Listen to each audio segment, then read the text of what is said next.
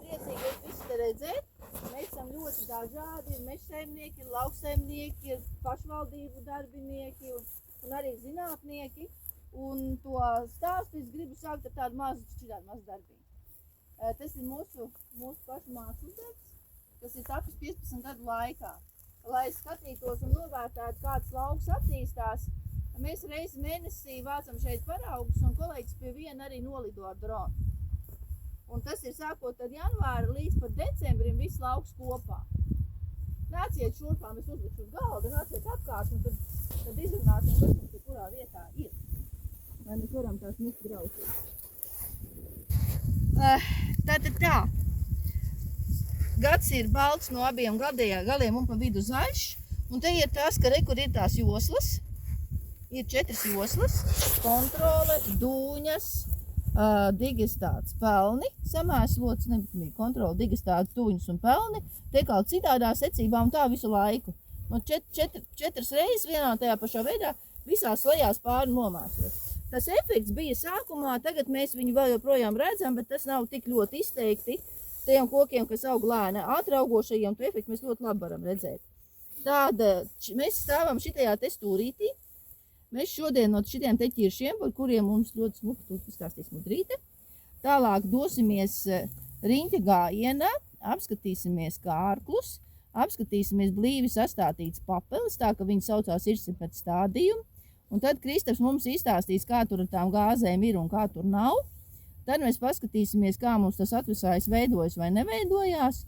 Un tad caur dažādu citu koku sugu stādījumu mēs tā lēnītēm kāpsim augšā un atgriezīsimies šitien pats sākuma punktā. Ko mums palīdz tā attālinātā izpēta? Viņa mums palīdz to, ka ja mēs redzam, ka kaut kur ir audzis labāk nekā citur, pilnīgi visur savākt augsnes paraugus, un tā ir baigā nauda. Bet te mēs, piemēram, caur pavasari redzam, ka viens ir dzeltens, viens jau ir zaļš un citam vispār vēl lapu nav, ja? Un rudenī, kurš ir vēl joprojām zaļš un kurš jau ir dzeltens. Un te ir dzeltens un te kaut kas vēl ir zaļš. Tad mēs varam noķert arī to veģetācijas periodu, kā viņi tajā laika gaitā, cik ilgi kurš vispār izmanto to dienas gaismu. Kurš ātrāk iet gulēt, kurš ilgāk darbojās. Tādā veidā mēs ar to visu varam strādāt.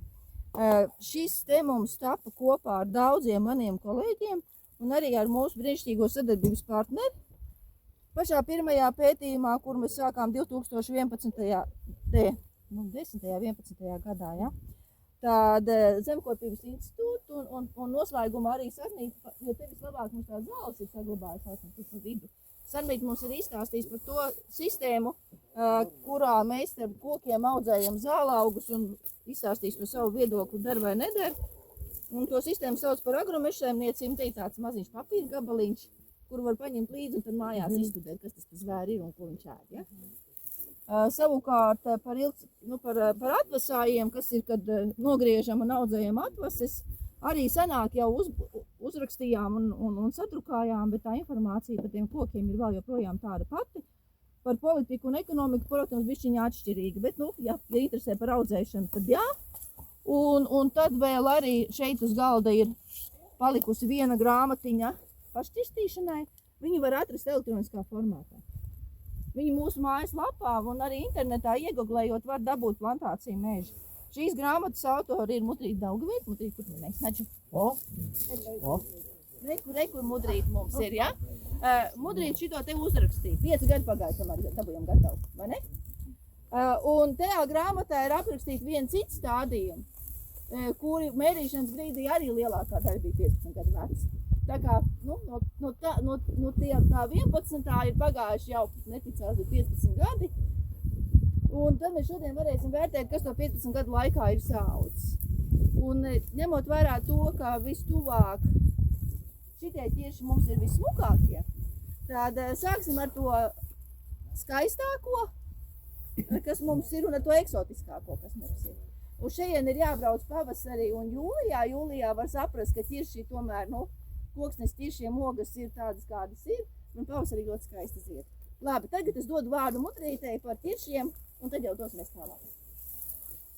Sveicināti visi, un tagad es gribu pastāstīt par jaunu kultūru, kura vairs nav kā augļu koks, bet kā koksnes. Koksnes ražošanai, jo šī sakarībā es varu pateikt, ka varu palaist apkārt grāmatiņu, to te lapiņu, kur ir skaidri un gaiši parādīts, kāds viņš izskatās citos objektos, jo šeit ir iestādīts nevis mūsu Latvijā augošs ķirsis, bet Zviedrijas ķirsis, Zviedru kloni ir gabali, jo tāpēc, kad izrādās, kad Latvijā šie saldie ķirši ir ievesti kaut kādā 10. 11. gadsimtā, kad kristiešu kristieši sāka iekarot mūsu Latviju, un pie visām šīm pilīm un pie baznīcām veda no dienvidiem un no Vācijas šos ķiršus. Viņi ieauga te, tad vēl nebija tik tālu, ka tie ķirši būtu, teiksim, respektīvi uztaisīti kā šķīra. Viņi bija koksnes ķirši, un pie tām baznīcām bija tie ķirši pamazām izgāja visā valstī, mūsu visā Latvijā, un vēl tagad mēs braucam, teiksim, uz Ēdoli, uz dienvidiem, uz Liepāju, tad pie Saldus, tur visos mežos ir brīnišķīgi saldie ķirši, koksne. Jūs varat redzēt tajā fotogrāfijā, ka viens cilvēks stāv pie ritīgi šī resna ķirša, un viņam ir 30 metru augstums. Tādi ir Latvijā saglabājušies. Un vēl šobrīd tādi ir, bet jau cilvēki ir sapratuši, ka tas ir ļoti vērtīga cietā lapu koku koksne, kura ļoti ātraudzīga, un jau 30–40 gados viņai apkārtnēs arī ir 30–40 centimetru, jo viņiem ir gadskārtas platums, ja viņš ir ļoti izdarīgā vietā iestādīts, viņa gadskārtas platums ir 1 centimetrs. Bet tagad ir tie mēbeļrūpnieki un vispār galvnieki atklājuši, kad tādas attālums kā 1 centimetrs tomēr labi nav. Un tur tā koksne, kurai tiešām tā ķirša gadskārta apkārtnēs ir tas 1 centimetrs, tā ir lētāka nekā tāda, kurai tā gadskārtas apkārtnēs ir, teiksim, 50 mm,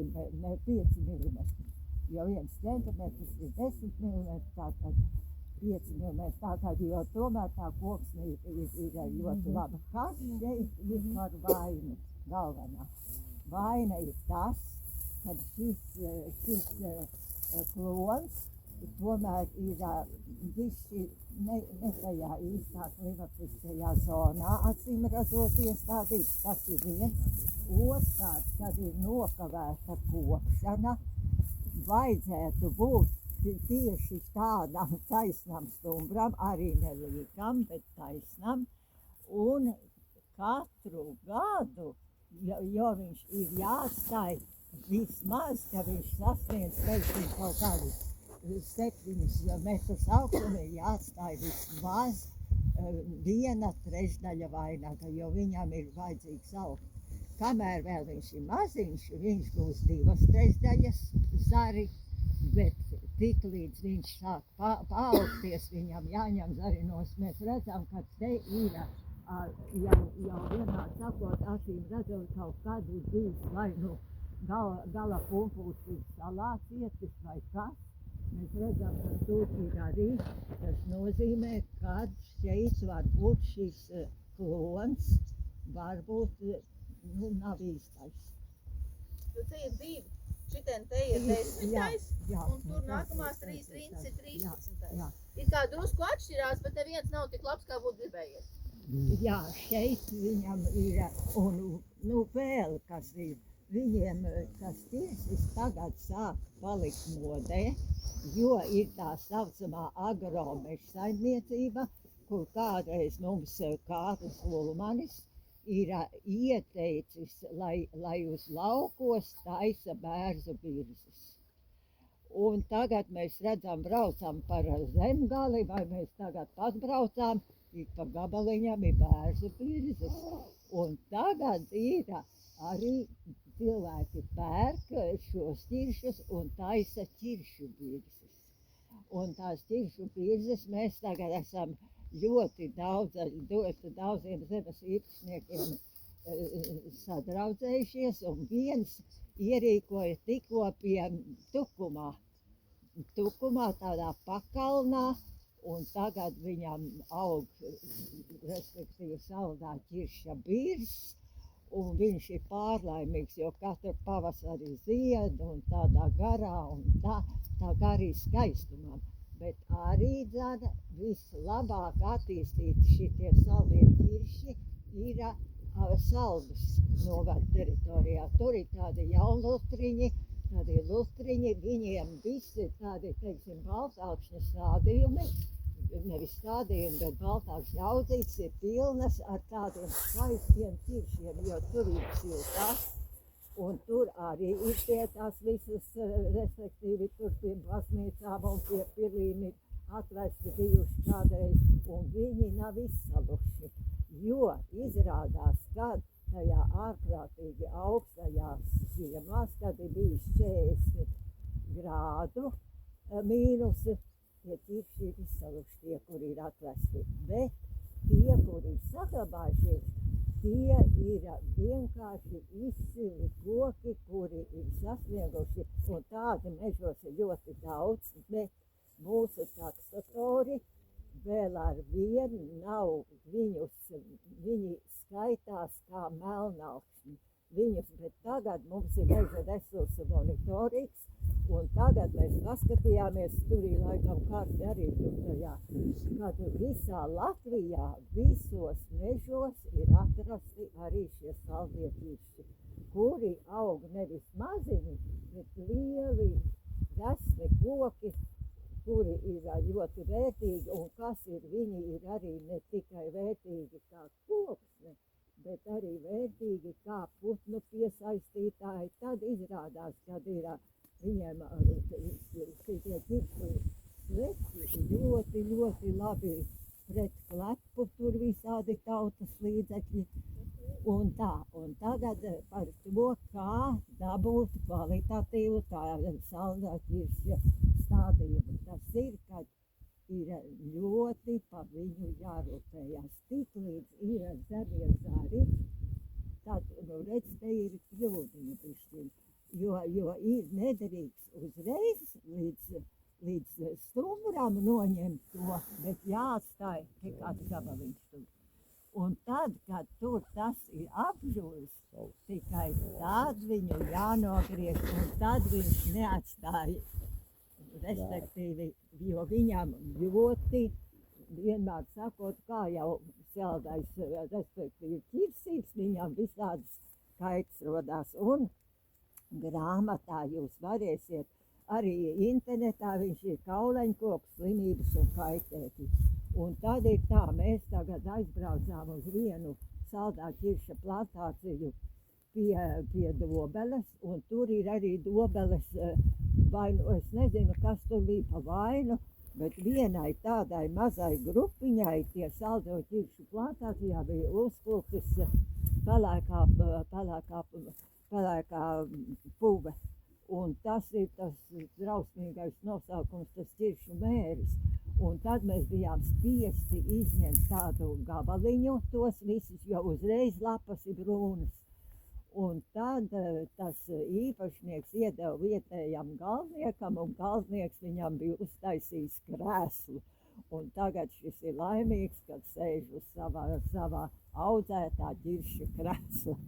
Tā kā vienmēr sakot, tas ķirsis ir gan skaistumam, gan labumam, gan sakarā to, kad klimats paliek tiešām siltāks, to jūs jūtiet, kad šis ir ātraudzīgs. Jums nav kā ozols jāgaida 60 gadus vai cik, bet jūs 30 gados jau varat dabūt 30 centimetru krušu augstums caurnēs. Tikai ir jāizvēlās pareizā vieta. respektīvi skāba augsne neder, ir jābūt vismaz tāda karbonāta augsnīte, arī viņš slikti ieaug ļoti tādā cietā augsnē, teiksim, mālā, bet ja mālu, teiksim, tādu, respektīvi dziļaršanu taisēs, viens man iestāstīja, tur tas zemnieks, ka viņš ir uztaisījis dziļaršanu, un tad tajās vietās ir stādījis tos ķiršus kalna galā, zemgalē, un tiešām auga lieliski, un vienmēr sakot, bez tam ir tas pats pelni, kur pelnis var kaisīt, un tas, respektīvi, vairs to augsnes skābumu samazina, un ķiršus aug ļoti labi. Tā kā tas ir viens gan skaistumam, gan arī vērtīgi koks, priekš mēbelēm. Tur tajā fotogrāfijā ir arī mēbeles. Jā. Tad, Mudīt, es vēl gribētu ieturpināties. Mudīt teica, ka to augšanu ir jābūt pacietībai. Arī zaļajā grāmatiņā ir tas, ka pirmos 3-4 gadus tie koki reizēm ir tāda sajūta, ka viņi stāv uz vietas. Un tad mēs te arī redzam, ka ir 1, 2, 3, 4, 5, un tad ir 6, 7, un tād viņš ir aizgājis. Ja? Un tad beidzot viņš ir sācis augt. Un tāpēc arī iesāka mums šitie te vieturīši, un te mēs pādzarojām, un tad mums tā galotnīca vēl nemaz nebija. Un tad viņi saņēmās visu reizē, un tāpēc arī iesāka, nu šitajā zāri jau ir par asu. Jā, tas ir par asu. Jāskatās tādi maziņie, kā te tur ir palikuši. Nu, lūk, un tāpēc arī ir grūti, ka viņš taisa to tā kā mietu. Bet mēs varam redzēt, kāda smuki pieauguma pēdējos gados ir. Un vējš kalna galā mēdz laust nost galotnes. Jā. Un tas arī ir kreņķis, jo reku, piemēram, viens ir tik skaisti audzis, un vējš ir nolaus. Vai nu vējš pats, vai arī kāds irsis un lapse nepalīdzēs. Jā. Bet teiksim, kā to stumbru veidot, stumbrim, es tikko dabūju vienu rakstu, kur viens īpašnieks saka, ārprāts noteikti ķirsis ir jākopi, ja gribat kvalitatīvu koksni dabūt. Dabiski viņam viņš jāatzaro nepārtraukti, jo viņam ir tāds mieturīts veidojās. Jūs redzat, tur mieturīts, tur. Nu, tāds viņš ir, arī sakne viņam ir tāda dziļa sakne, bet tur, kur viņš netiek, tur viņš tādu virspusēju sakņu sistēmu, bet vispār viņš ir dziļa tāda sakne kā priedēļ. Un tagad pamazām jau Latvijā cilvēki pērk, mēs esam palīdzējuši iegādāties no īra kloni, respektīvi Eiropā ir jau miljoniem hektāru saldāķiršu plantācijas.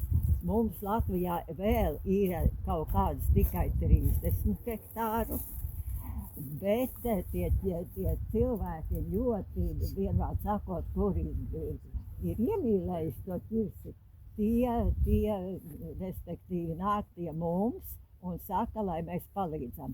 Tā mēs atradām vienu tādu transporta firmu Verbo. Un tagad viņi nepārtraukti mums zvana, vai jums akali jāved ķirši no Dānijas vai no Zviedrijas vai ko, mēs palīdzēsim. Tātad, ja jūs izdomājat, ka jūs gribat ķiršus no Dānijas vai Zviedrijas kloniem, griezieties pie mums, mēs jums iedosim adresi, transporta firma Verbo, un viņi jums pievedīs pie mājas. Tā kā tik tālu. Un vēl kur arī var labi redzēt, ka no to atzarošana ir tā, ka bieži vien pažēlojam. Vai arī liekas tas zariņš, viņš tāds maziņš, ja? Nu tāds maziņš. Un tad 1-2 gadi, un tad viņš vairs nemaz nav maziņš. Un tad vēl nesanāk, un tad ir pa vēlu, jo rekur arī tiku 3 žuburi. Nu nevajadzēja žēlot. Un tagad tai atzarošanai jau īsti jēgas nav, jo ja ir 3 mazie, tā atzarošana ir tikai tāpēc jēga, lai tajā traktori varētu izbraukt cauri un normāli pļautu. Bet tāds skaists koks tur neizveidosies. Un tāpat arī reku tur citur ir, kur ir palikuši tie zari, tos nevajadzēja žēlot. Līdz ko kaut kur kā veidojas žākos, nežēlojam. Nestādām biezi. Tā kā mēs tikko kā bijām šito iestādījuši, te ir 5 metri reiz 2,5. Mums likās, ka baigi tālu. Nav tālu. Pa tuvu jau ir. Varēja vispār 5 reiz 5 likt. Bet gribējās vairāk kokus, jo platība bija tik, cik bija. Nu tā. Varbūt vēl kādi jautājumi drīzāk. Nē, un es gribu pateikt, ja gribat redzēt koptu ļoti labu plantāciju, tad mēs jūs aizvedīsim. Ir gan Dobeles novada tāds ezernieki, ļoti kolosāli arī Zviedru klons, bet tad ir arī Bauskas novada Īslices pagasts, tādi ziediņi, kur saimnieks vienkārši dievina tos ķiršus. Viņš tur viņu ajā un pajā, un viņam ir taisni tā kā vīnu ir visi. Un palmas tagad. Jā, un vienādi sakot, viņš tikko man zvanīja, nezinu, kaut kas viņam gadījies, redzēsim. Tā kā lūdzu, ja gribat ekskursiju, mēs jums norganizēsim arī paskatīties, kā augti. Nu, tāds jauns. Jā, un tad otrais punkts ir, pirmais punkts ir par to nežēlošanu, tos mazos zarus, un nedrīkst nenovērtēt mazo zaru, jo viņš pēc tam var izaugt par lielo zaru. Un vēl ir tas, ka tajā brīdī, kad ir jāretina, ja ir tā rocība un laiks, nevajag žēlot, jo pēc tam jums būs palmas, jeb šitie dendrologi viņus sauc par lapsu astēm. Ne lapsu astēm, bet lauvas astēm, nu, ka ir tā kā aste, un tad tur pušķītas galā, un tad pieauguma vairs nav. Un tad vēl ir, kas ir, kad vispār pavasaros, agros pavasaros, viņi var saprist stumbras lejā. Jā, jākaļķu. Ir jākaļķu, ļoti jākaļķu. Jo mēs tagad stāvam no šitās puses, bet dienvidu un spiltā saulīte ir tajā pusītē. Un tā, ka mēs nāksim tālāk, tad paskatieties višķiņ apakaļ, jūs redzēsiet, ka tur tā aina ir višķiņ citā. Jā, un ja to ievēro, tad es pateikšu, viskolosālākie galvnieki bija Saldas novadā, kuri tur tai vienai saimniecei, pie kuras mēs braucām un atradām tos ķiršus. Viņai bija gulta uztaisīta, galds un viss kaut ko viņai viss mežs bija pilns ar tiem ķiršiem. Un nevis mazi, bet riktīgi lieli. Nu tā. Jautājumi par dzīvnieku bojājumiem vai tādi? Jā, dzīvnieki bojā. Bija sēta apkārt, tā pirmajā gadā par Eiropu naudu sētu pirkt nedrīkstēja. Tāpēc mēs viņus spērējām ar cervukolu, ietinām maisiņos un špricējām ar planski. Cervakols bija vislabākais, tāpēc, ka cervakols viņš vienlaikus uztaisīja gan to mētelīti apkārt, kas elpo, gan arī pret to sauli palīdzēja. Mētelītis bija kā siltumnīca, bišķiņi izdzina ārā jauno dzinumu, un tas nebija īsti labi, jo tas bija tas, kad ir silts un pēc tam atkal augsts.